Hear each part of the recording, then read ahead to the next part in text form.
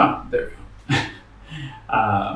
So, good morning, good afternoon, good evening, whatever time you are watching this. My name is Peter, and today I want to talk to you about the importance of having and setting good routines, and also understanding the importance of grace within that.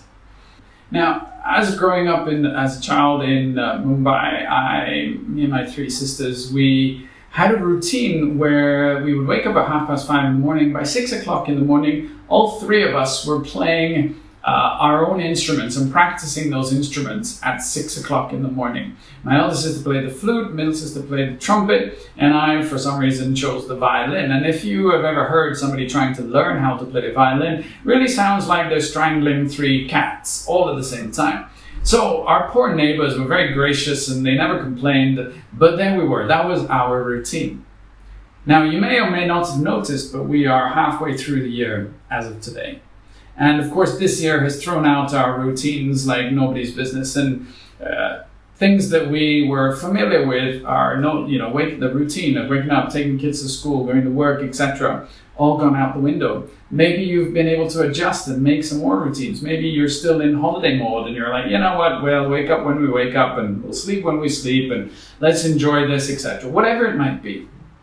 But I want to talk about 4 benefits of having good routine. The first thing is that we learned that actually having a good routine helps with sleep, having better sleep. Now, about 10 years ago, our first child was born, and one of the things that we learned was to try and set a routine as early as possible for the baby. And so what we did was, from a sleep perspective, there were triggers that we put into place to help the baby understand that actually this is now sleep time. So we would wrap and swaddle the baby in a particular way. The baby always slept, Hudson is the baby. Hudson always slept in the same cot every time. He didn't sleep anywhere else. There was maybe a particular song that we would play or sing as we put the baby down to sleep. Why do I keep calling him the baby? So he knew that actually this is sleep time. This is us putting him down and walking away. It was not us abandoning him, but actually those triggers, those things helped him to realize and helped his mind and body recognize that now it was sleep time. And so he was able to sleep much quicker. And actually we managed to get him to be sleeping through the night by 8 weeks. And actually that still continues with us today as adults, that we need that routine to help us to wind down, to start to recognize that, okay, it's now time for me to sleep. And maybe there are things in your routine that are preventing you from sleeping well. Whatever it might be, maybe you're that last minute check. You get into bed and then it's like, oh, I just need to check this email. Or you might be reading news and it starts to stretch you out. Or maybe you'll watch that one last episode of Netflix or read that next chapter and so on and so forth. And those things are stopping you from getting a good routine in terms of sleeping. And actually what you need is to be sleeping reasonably regular time, and therefore you can wake up regularly. So think about your routine in terms of, from the evening perspective, how can that help you to sleep better? The next thing is actually having a good routine helps you to have a sense of security. Again, when we had Hudson, I remember early on wading into this public debate on Facebook with this person that I had never met before. And they had made a comment about baby-led feeding, and I said, why would you ever do baby-led feeding? Baby-led feeding is essentially where you wait for the baby to cry and tell you that it's hungry, and then you feed it. And I'm like, well, that doesn't make sense. Why would you wait for the baby to cry, right? Why don't you just say, well, I think the baby's going to be hungry in 2 hours, so I'm going to feed the baby every 2 hours. And we had this debate and this big argument, and you know what? It went so heated that at some point the name Hitler came into this discussion. That's right, we were talking about feeding babies and the name Hitler came into discussion. I don't know how.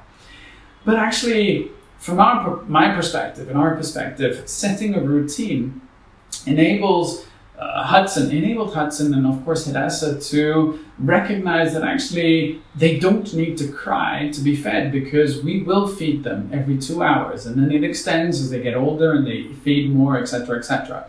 And they don't need to cry to get what they want or need. And actually, what are you teaching if you're allowing that baby-led, that sense of insecurity? What is the baby learning? And as they grow from baby to toddler, That's why you have those tantrums, because the baby has learned, if I don't cry, I don't get what I want or what I need. Right? And actually, if you learn to develop that sense of security at an early age, the chances of tantrums taking place is significantly reduced, if not mitigated entirely. And then it doesn't progress into teenage years and so on and so forth. So having a good routine, and this is true for us, and this is true for those around us. For me, as a father, one of the things I'm recognizing is that actually if one week I'm waking up at 6 and I'm doing my exercise and I'm connecting with God and I'm well prepared and I'm happy, and the next week I'm waking up at 8 and I'm lethargic and I'm miserable, that doesn't create a sense of security for my wife and my kids. They're actually like, wait, what's going on? Why is this guy swinging from 6 o'clock to 8 o'clock and then having an afternoon nap, and what's happening, right? That sense of security falls away. And so we need that sense to have a good routine. It helps to create a sense of security for ourselves, but also for those around us. The third benefit of having a good routine is it reduces anxiety. An experiment was conducted with some rats by some university, and essentially they created a box which was in the T shape that you will see on screen, and they thought that when the barrier went up, the rat had to go and look for a piece of chocolate, which was always on the left of the T. Now, what they found was that actually early on, the brain activity, and they had connected all sorts of sensors to track brain activity with the rats. They learned that actually early on, when the rat started to find its way, smell the chocolate, etc., the brain activity was extremely high. But as the days and the weeks went on and the rats learned that actually I just go straight and turn left and the chocolate's there, brain activity reduced, as you can see in those graphs on their screen. And really what's happening is that was a habit, that was a routine that was being developed, and the fact that the brain had to think less in order to find the chocolate. And really we find that actually we are wired as well in the same way. We are wired to develop routine and to develop habit. You know those moments, right, when you wake up groggy in the morning and you get to the kettle and you turn the kettle on and you pull out your mug and then you reach and the coffee's not there. Where's the coffee gone? Who moved my coffee? Right, and something as simple as that makes you just go completely wild. Why? Right, because you're suddenly being forced to think where you're not usually used to thinking, right? It's just routine, it's just a habit, it's just a set of habits that move together. I do this, I take this, I take this, and suddenly now, because somebody's moved the coffee, your brain is going, oh, this is unusual, I'm having to think, and it drives you crazy. And actually, because routine allows us to set aside our brain power for things that are important rather than worrying about things that are mundane. I don't get families that, there are some families that look for keys. They spend every time they leave the house, which isn't regular these days, but every time they leave the house, they spend 5 minutes looking for where the keys are. I'm like, really? Just put them in the same place. As soon as you walk in, dump the keys, it's done. There's a routine, it's in place. That was the power going off. Anyway, and we need routine to help us reduce our anxiety. Imagine we had to, every time we woke up, we had to think, okay, what do I do now? What do I do now? Where's the toothpaste? Where's the toothbrush? Where's this? That would just drive us crazy. And having a good routine helps reduce our anxiety. I know where things are. I know what's going to happen next. I know what's supposed to take place. Now, of course, when that goes out, we worry about it, but that's on the rare occasion that the routine falls apart and somebody moves your coffee. But otherwise, you need that routine to help reduce anxiety. And then the fourth aspect, the fourth benefit of having a good routine is it helps you stay productive or avoid lethargy. It helps you stay productive. I know that this is something I struggled with as we moved into lockdown and I was like sleeping later. I didn't have to wake up early, so I could wake up at 8 or beyond 8. Therefore, I could sleep later. And actually, my whole day was affected by that. And I was not being as productive as I needed to be. And I wanted to be, actually. And so the other benefit of having a good routine, it helps you to stay productive. And people say, you should make your bed every morning. Why? Because it's the simplest thing, gives you a sense of accomplishment. But maybe you need to think about a morning routine that download a 7-minute app or go for a walk and add that into your routine that sets you up for the start of the day to help you have a productive day. So those are 4 key benefits for setting and having good routines in place. Now, we already have routines in place, but maybe we need to adjust them. And what I would challenge you to do is to think of routines from this form. In terms of the next thing is thinking about your spiritual routine, right? Do you have that in place where you're connecting with God on a regular basis? Whatever that might look like. It may not be every day, but it may be twice a day, whatever it might be. But do you have a good routine, or is it more left to chance and ad hoc and what's happening around you, etc.?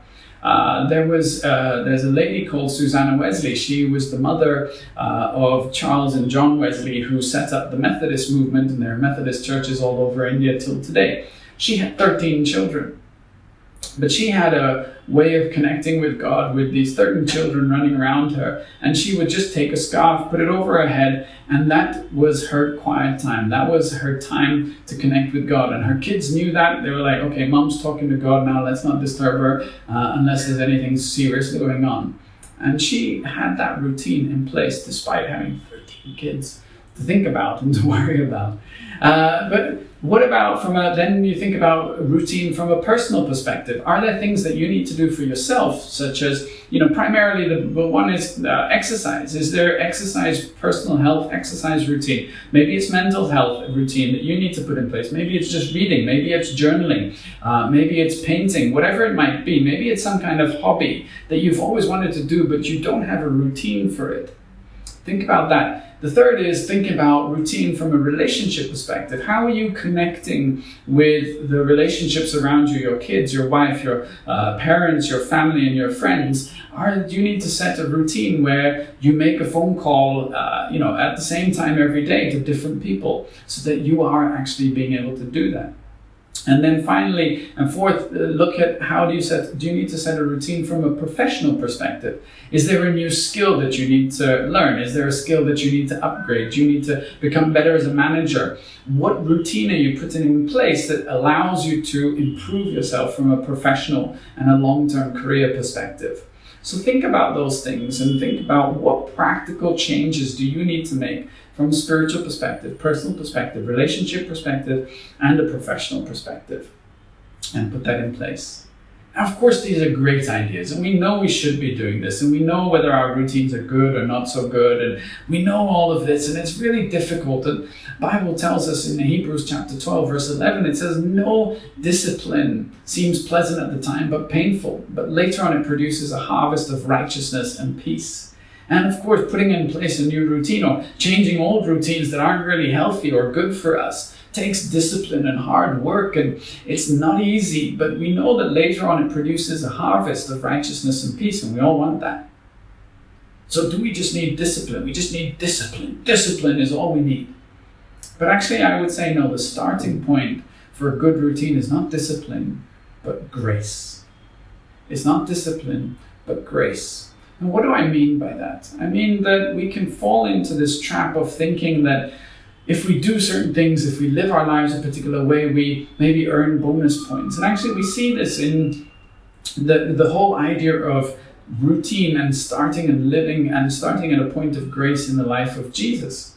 Jesus was about 30 years old when he was about to start his public ministry. This is where he would be traveling around Israel, teaching, healing people, doing miracles, etc. And just before he started that, he got baptized. And at his baptism in the Jordan River, a voice came from heaven which said, "This is my son in whom I am well pleased." This is my son in whom I am well pleased. But he's not done anything yet. God, he's just made chairs and tables, and why are you suddenly saying? And actually we need to hear this for ourselves today. No matter whether you would say, I have a great routine or not so good routine. If you're the kind of person that's been waking up late, sleeping late, whatever it is, right? God wants you not to start at a place of discipline, but a place of grace, to hear that he loves you, that he is pleased with you, that in his eyes, you are secure, you are significant, you are accepted. That's your starting point. That's your starting point in this life of developing a routine. Is that actually I am loved by God as I am, just as I am, right here, right now, no matter what my routine looks like, I am loved by God. I am his child. And that's your starting point.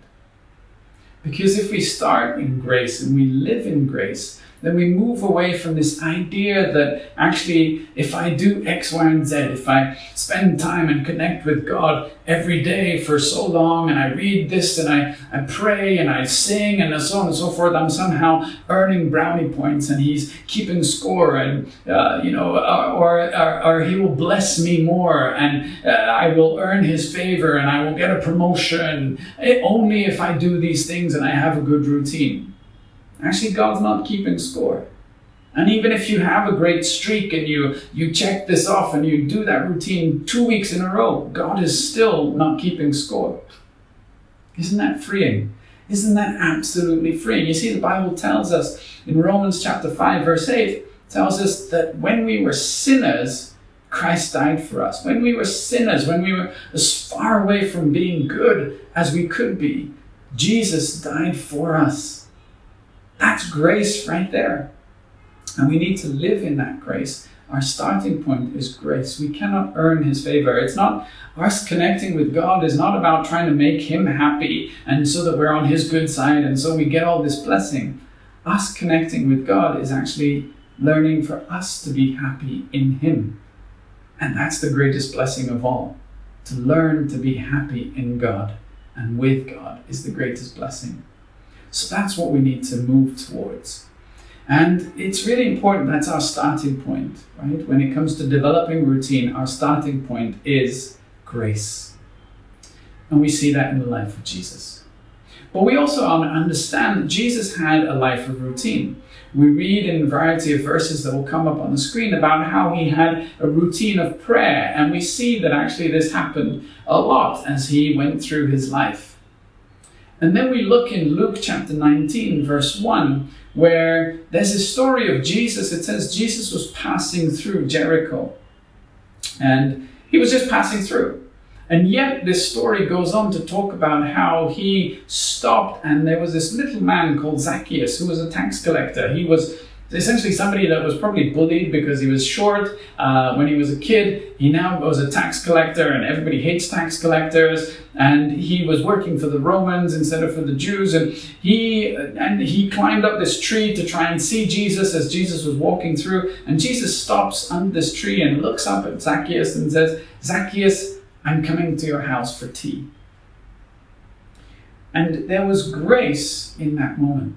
There was grace in that moment. And as a small community, we've been looking at a particular video series on Right Now Media called Love Like That.